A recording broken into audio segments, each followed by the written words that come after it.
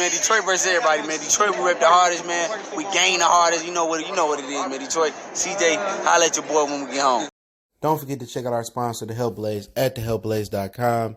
100% all natural products from lotions, soaps, foot soaks, bath bombs, and much, much more. Use the promo code Goodfella1Boxing. Tell them your boy CJ Goodfella sent you. Get 18% off. We out. Belief about I'm on the phone. You on the phone? Yeah. You looking at my baby? No, I ain't looking at right? No, I'm good. You sure? Yeah, I'm good. All right, man. Next time we come outside, don't be staring and shit like that. I don't like that. I wasn't looking at him. All right, man. Jermell Charlo basically trying to catch Jarrett Hurd lacking in his hood. And Tony Harrison responded. He got at Tony Harrison. Let's read it and kind of talk about it. But hit that subscribe button, bell icon button, share the video. Appreciate everybody showing love to the channel. Best way to donate to the channel is share the video. But y'all know the Cash App, CJ Good 313, and that's in the description. PayPal link there as well too. Yeah, something a little bit loose about Jermell. Or anybody that's beefing with a twin. I mean, and you can't call and tell them how you feel. It's tough for dudes to call and tell other men how you feel, but your twin. I mean, like I said before, something a little bit off about him, but apparently Jarrett Hurd out there in Houston, I don't know who he working with, or if that's with Coach K. I know a lot of them up there in Colorado Springs working out. I know Bud and Jermell and them up there, but usually that's kind of where Coach K work out of. And we ain't seen Jarrett Hurd since I forgot the dude he fought, and I don't want to say he looked bad in that fight, but you know he not comfortable with the new style. But basically Jermell on Instagram got at him. He said, "I'm in the hood chilling with the goons." Like I said, you want to be so bad, big city, play smart. I don't give a F who you with, you never safe. Don't eat too much, goofy. And this killer was made in me, not from the food I eat. You ain't been touched yet. Have they told you about Mr. Keep running your mouth, I'm the king. So I don't know.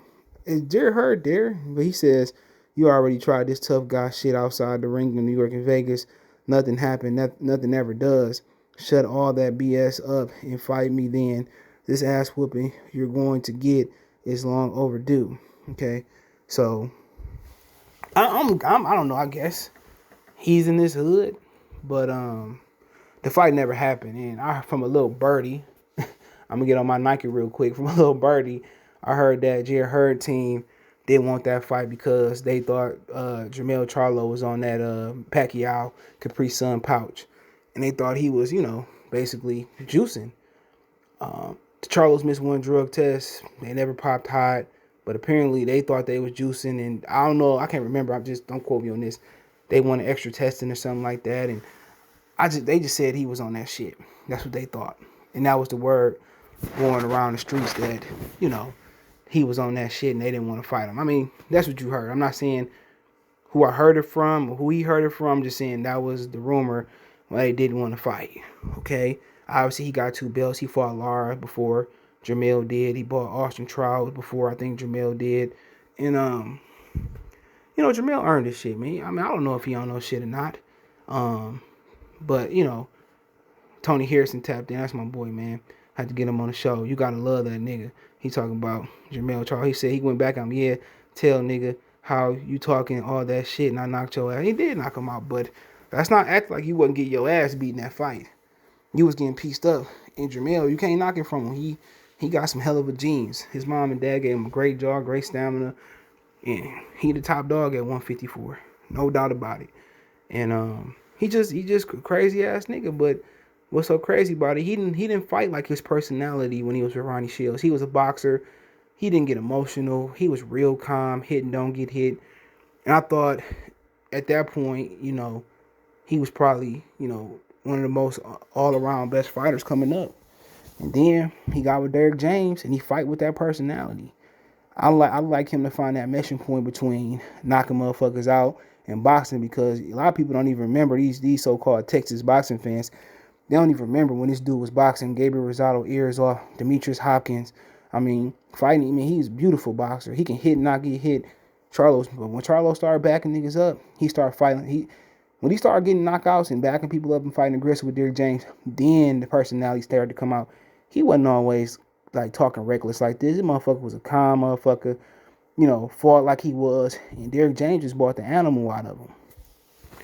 Derrick James just brought the kill out of him. And to be honest, will he bring that chin up to, 60 and 68 if he choose to? Who knows? Maybe he sit at 54 forever. But Errol Spence said he was already moving up. But Derrick James brought the animal. He brought that beast out of him, man. I would like to see him find the meshing point between boxing and hitting, don't get hit, and being aggressive. But, when you talking about a tale of two careers, Ronnie Shields, he was boxing, being slick. Defense was great. With Derrick James, he just running down on dudes and getting them out of there. But I don't want to understand how niggas get money and then we went up the goons on the block. And, man, shut your ass up. You damn multi-millionaire. You ain't got the... I grew up with niggas like that my whole life. Dudes that come from good households, come from two-parent household, come from, household where they don't miss a meal, come where they family got cars and they siblings went to college and they want to act like they gangster and they killers. I never understood that, man. I see them niggas every day of my life. Dudes I went to private school with that want to be gangster, I just never understood that privilege niggas. When we had that much money, I went back. Even dudes that, when I end up going into the trenches, I had niggas that was in the hood, from Detroit, Inkster, wherever I was at. Them niggas wasn't trying to, be gangster. Like, if we had the scrap for a meal, scrap to get, we did that. But you got a lot of dudes out here that want to be gangsters, that want to be about it, that want to be Jermell Charlo got millions. You talking I'm on the goons with the block. If you don't sit your ass in your mansion and do some sit-ups and push-ups, play the game, and enjoy your wife and your family, nigga talking about the goons. Nigga, you a millionaire. You don't hear Bill Gates talking about the goons. I got the gun, nigga, get out of here. That ain't how you built, nigga. Because you got a gun at your crib. Any nigga can have a gun. You ain't built like that. Now, I appreciate Jarrett Hurd and Tony Harrison, not glorifying their background, which Jarrett Hurd had a good background. Tony Harrison went to Mumford. That's out there on, what's that, Curtis in Wyoming? I could be wrong. I went to nice school at Mumford, man. And because this whole ass teacher failed me in 11th grade English, that was crazy. He was a hating asshole, man. You had some teachers, man. I look at this with some hating ass niggas, man. And with the night school, they wouldn't let you wear Pelly Pales, leathers, Sherman's was out of style. You couldn't wear certain, like, Jordans up there or nothing, dude, because, I guess they'd rob you, but I wouldn't wear it. I remember my boy, he went to Cooley. That ain't too far. That's on Hubble and Finkel. And they stripped the coat off his jacket, coat off his back. He had like a Pelly on or some shit. I'm like, nigga, I'm like, dude, you out here catching a bus and walk on, you wear something else. But you just gotta know how to move. But at that point, I had a car, so I really wasn't worried about that. But, he didn't want to act like, calling to Jarrett Hurd out. But I like that energy. I like that he letting Jarrett Hurd know, like, nigga, if I get all these belts, I got these belts, like, nigga, I'm still at your door. Pull out the fofo. He had the dough. I like it, though. But then again, stop acting like you eating rummy noodles, you in the struggle, you in the trenches. Nigga, get out of here. I'm gangster. Nigga, no, you ain't, man. Sit your ass at the house. Ain't nothing more gangster than beating a nigga ass. And that's what you do. Your average street fighter can't beat Jermell Charlo. Your upper echelon street fighter can't beat Jermell Charlo.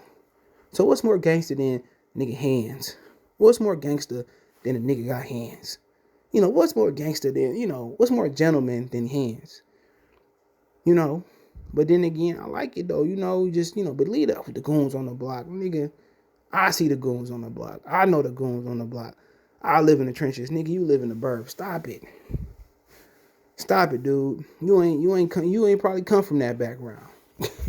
Be killing me with niggas who come from new good parent households like Papa Dot and want to be gangster. That's be killing me, dude. Nigga, you ain't from the hood, man. I love, black people that come from two-parent household, come from great. I respect y'all more than niggas who grew up on free lunch. People forget we used to have free lunch in the hood. My generation was the last. I'm around his age. We the last generation who had free lunch, but he ain't grow up like that, bro. He ain't grow up missing the meal. He ain't grow up eating Great Value brand cornflakes.